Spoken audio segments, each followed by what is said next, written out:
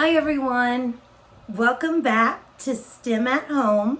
My name is Miss Caudill. I'm glad that you're here today with me. I love biology. Biology is the study of all living things. So today I am going to build a super fun plant cell model with you using yummy sweets. But before we get started, I just wanted to take a minute to remind you about my engineering design process. My engineering design process is my poster here on my wall. And this process is what I use every time I am doing a STEM activity. So at the top of the cycle, you could see the word imagine. When I imagine, I use my imagination to think about what is something fun I could do that has to do with something that I really love. So anything that you really like is definitely what you should practice working on, because when you love it, the results come out a lot better. So the next phase, after you've imagined or thought or came up with a problem that you really want to solve, the next thing to do is plan for it. So make lists and go down your checklist and make sure that you are looking at multiple sources for information, and that you ask people who know a lot about your subject, and you take the time to really brainstorm and think of all the different possibilities that could be created. So the next phase, of course, is to create. So after you've imagined something, you've planned out for what you want to do, you could create anything you want with just a little patience and hard work. So when you create with STEM, you make a prototype or a first draft of something, and then you can always go back and change it when you move on to the next phase, which is improve.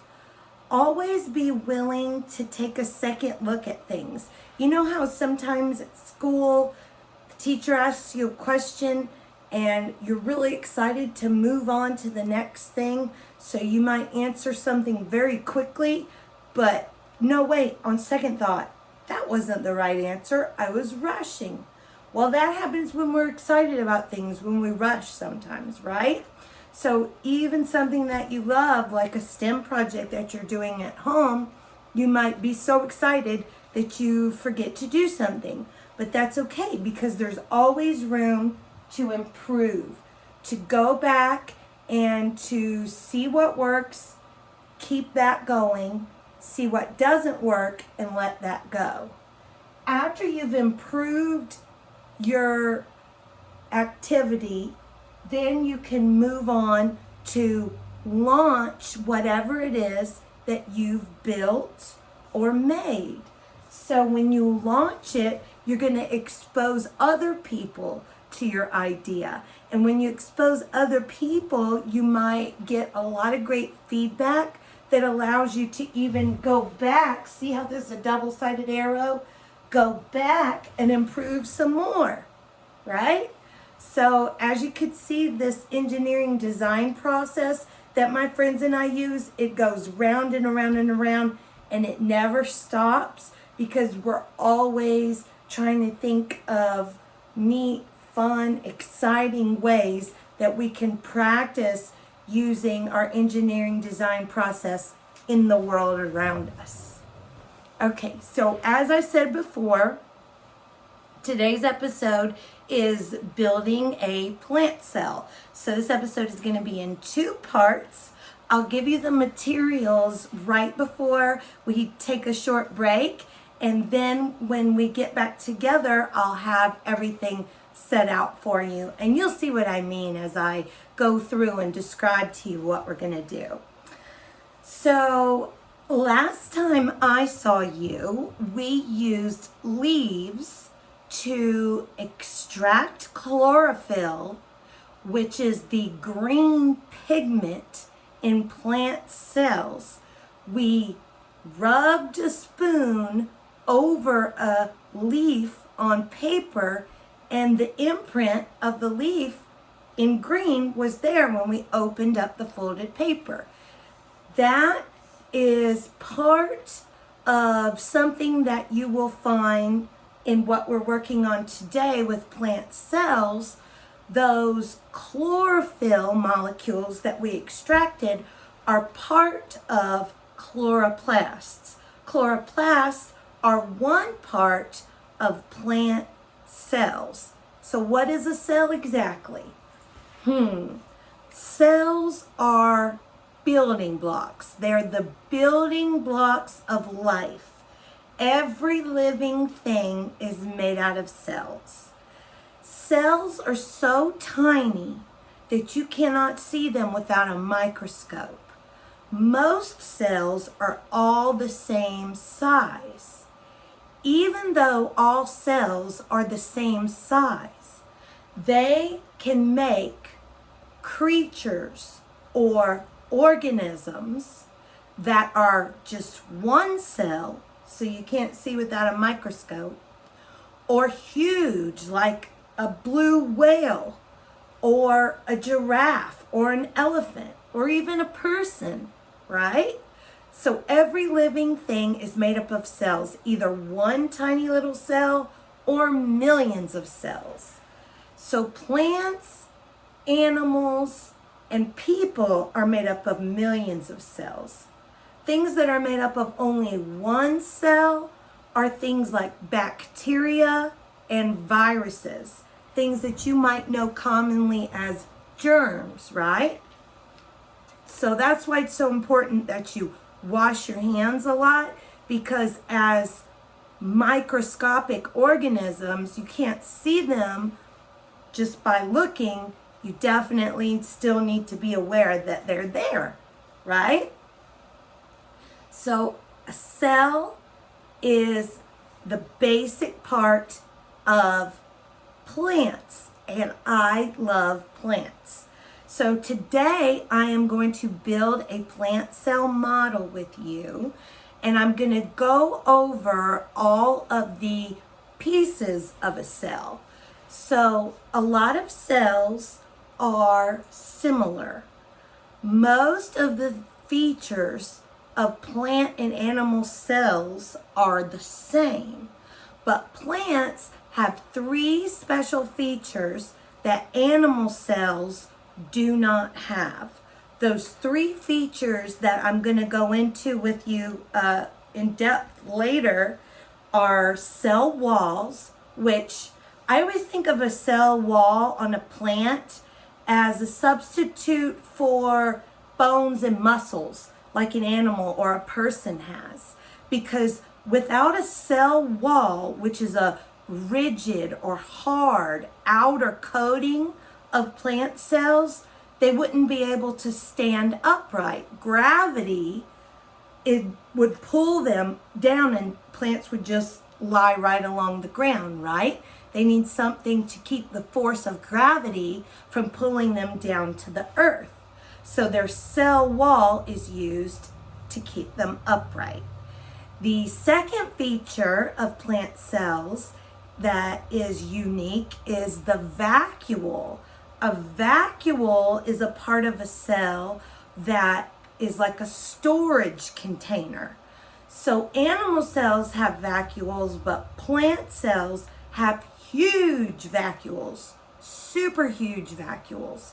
So we're going to talk exactly about what that looks like later, but those vacuoles in plant cells are important for storing salts, sugars, water, and other substances for the plant.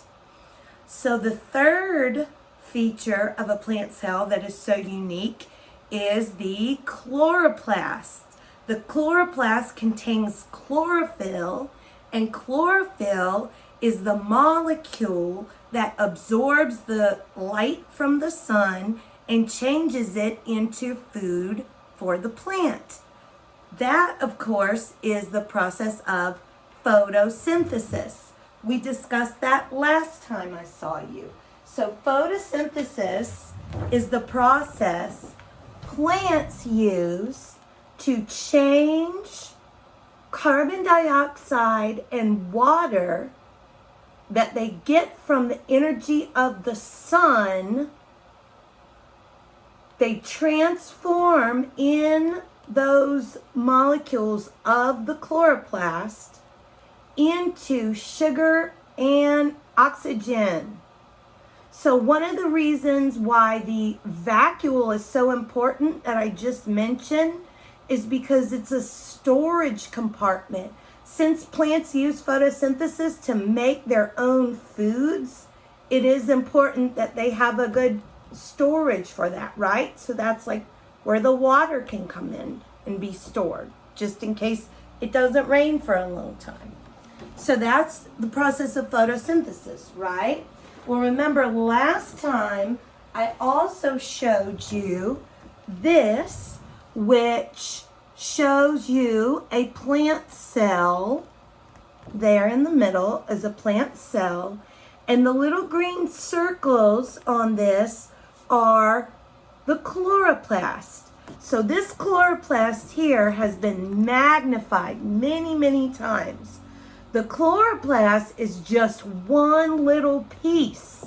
So today I want you to look at the plant cell with me, and we're going to see all the different parts. Okay?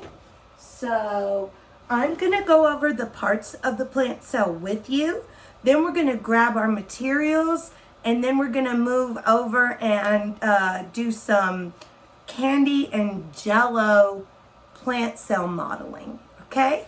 So I am going to slightly move around a little here.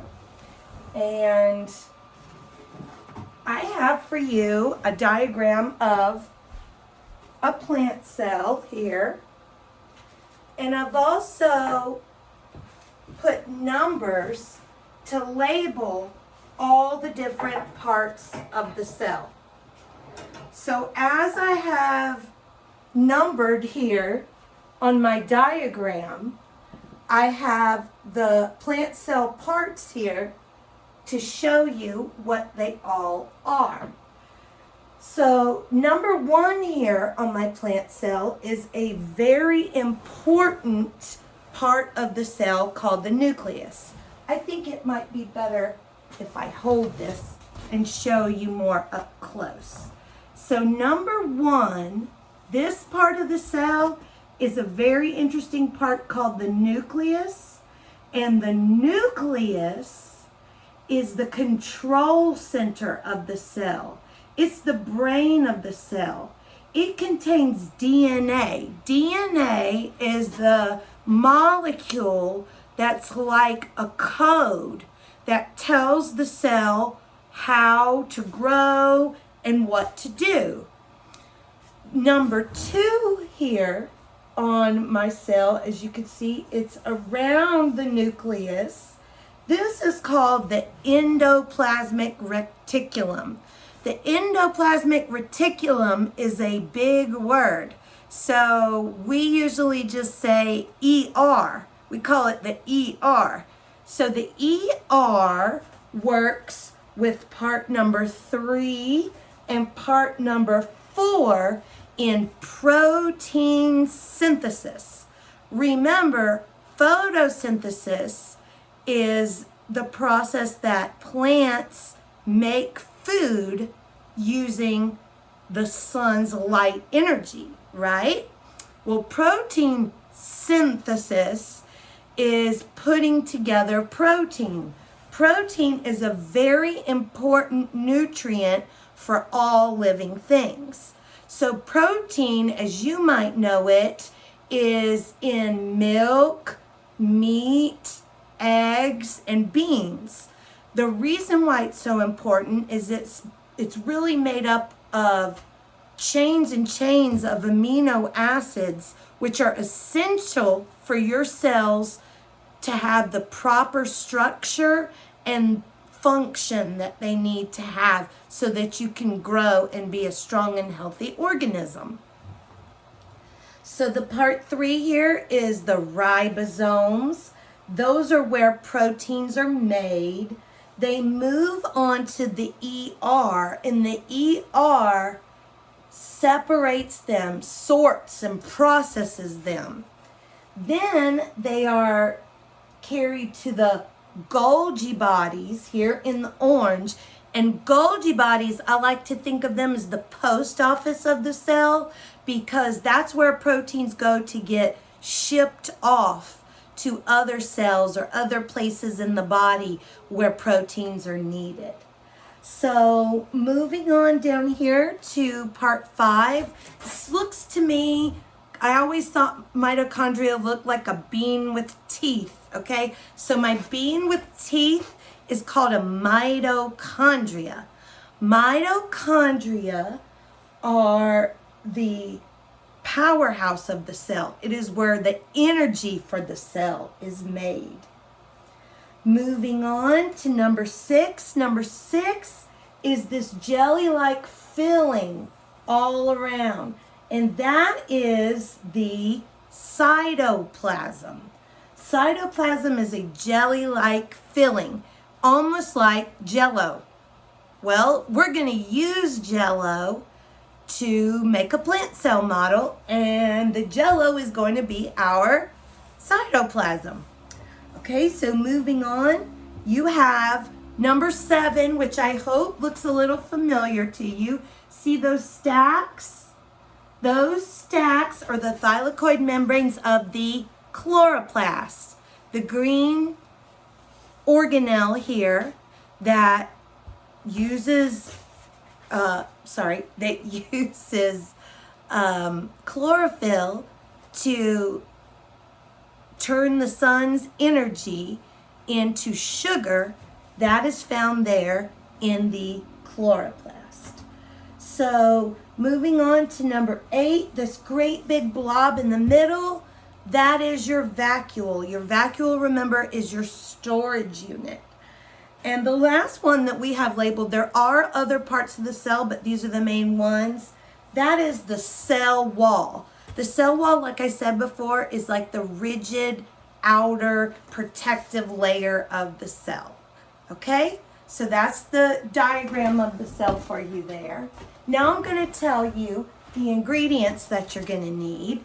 So today your materials are going to be Jell-O, candy, and it's optional. You don't have to have it, but you can definitely use it. Toothpicks and Post-it notes. So take a minute, gather those items, hit your pause button, right? Pause, gather your items, and I'll see you again in a minute. Okay? Pause.